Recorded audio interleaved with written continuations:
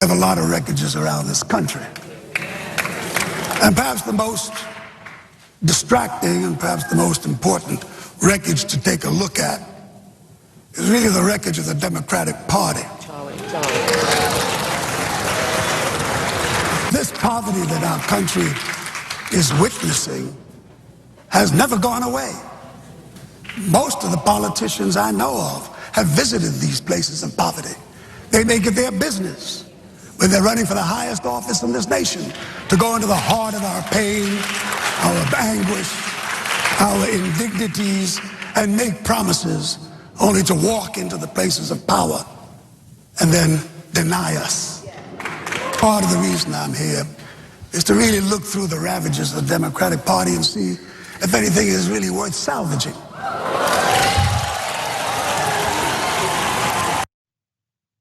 Ooh-wee, now y'all know that speaks to my soul. Mr. Harry Belafonte, not mincing words, and it didn't matter to him who was on his left and who was in his right. Talking about people who get to places of power and then they forget the pain of the people, laying it out. And one of the reasons why he indicted the Democratic Party so strongly is because over 90% of the African American community votes for that party. And I just love the way that he just that honesty and just searing, and you could see it. I bet you if Senator Hilary Clinton at that time and Senator Barack Obama, if they could just shrink off that stage, they would have, because he was talking about them and all the others too who were not on that stage by his side. What he had to say about the Democratic Party is absolutely timeless. Absolutely timeless, and it means a lot. And to your point about the personal connection, I have somewhat of a personal connection to Mr. Harry Belafonte too, and you are right. He was able to bring the immigrant struggle and then just really engulf himself, and it's not an either or, and engulf himself in the struggle of Black Americans in this country. And it was seamless what he was able to do. That people in the immigrant country, community very proud, people of the Black American community very proud. And Mr. Belafonte was right there every single step of the way for all communities, fighting for a type of justice that we still need to ring true today.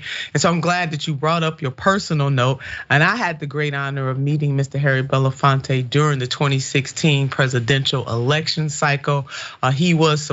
He did support Senator Bernard Sanders, and we were at the historic Apollo Theater, and that was on April the 9th, April the 9th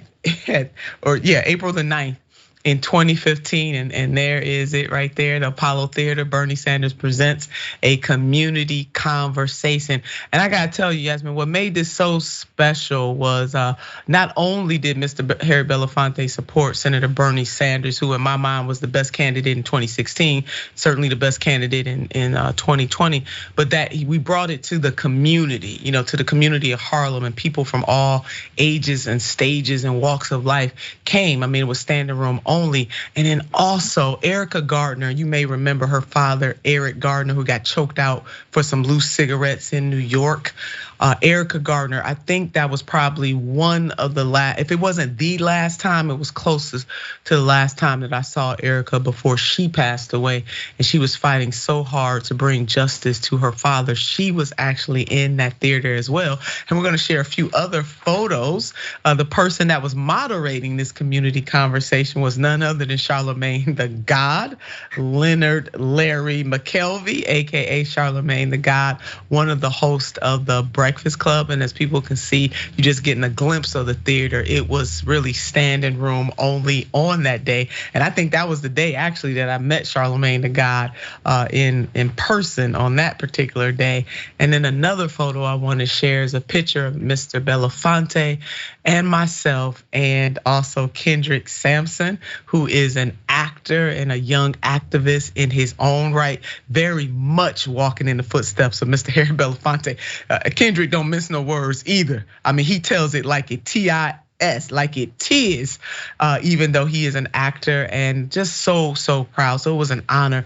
And the love that we have for Mr. Harry Belafonte is just pouring out all over the world, not just this country.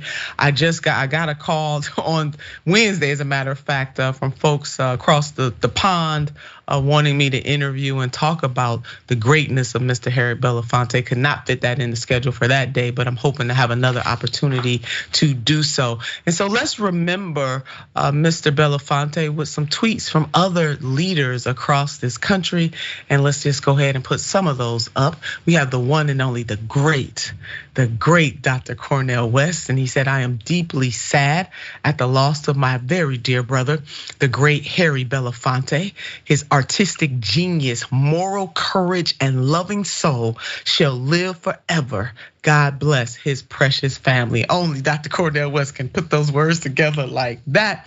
Let's go to our next person, and that is Senator Bernie Sanders. Harry Belafonte was not only a great entertainer, but he was a courageous leader in the fight against racism and worker oppression.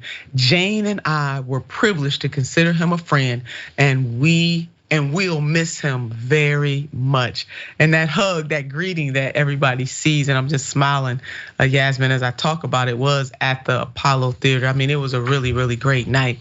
And then the next tribute that we have is coming from Dr. Bernice King, the daughter of the Reverend Martin Luther King Jr.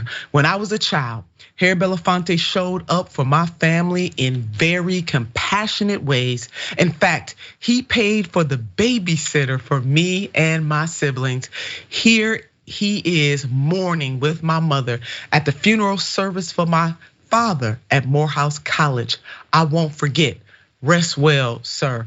And for those people may not necessarily be able to see the depth of that picture, but there are tears in the eyes of Mr. Harry Belafonte at that funeral service.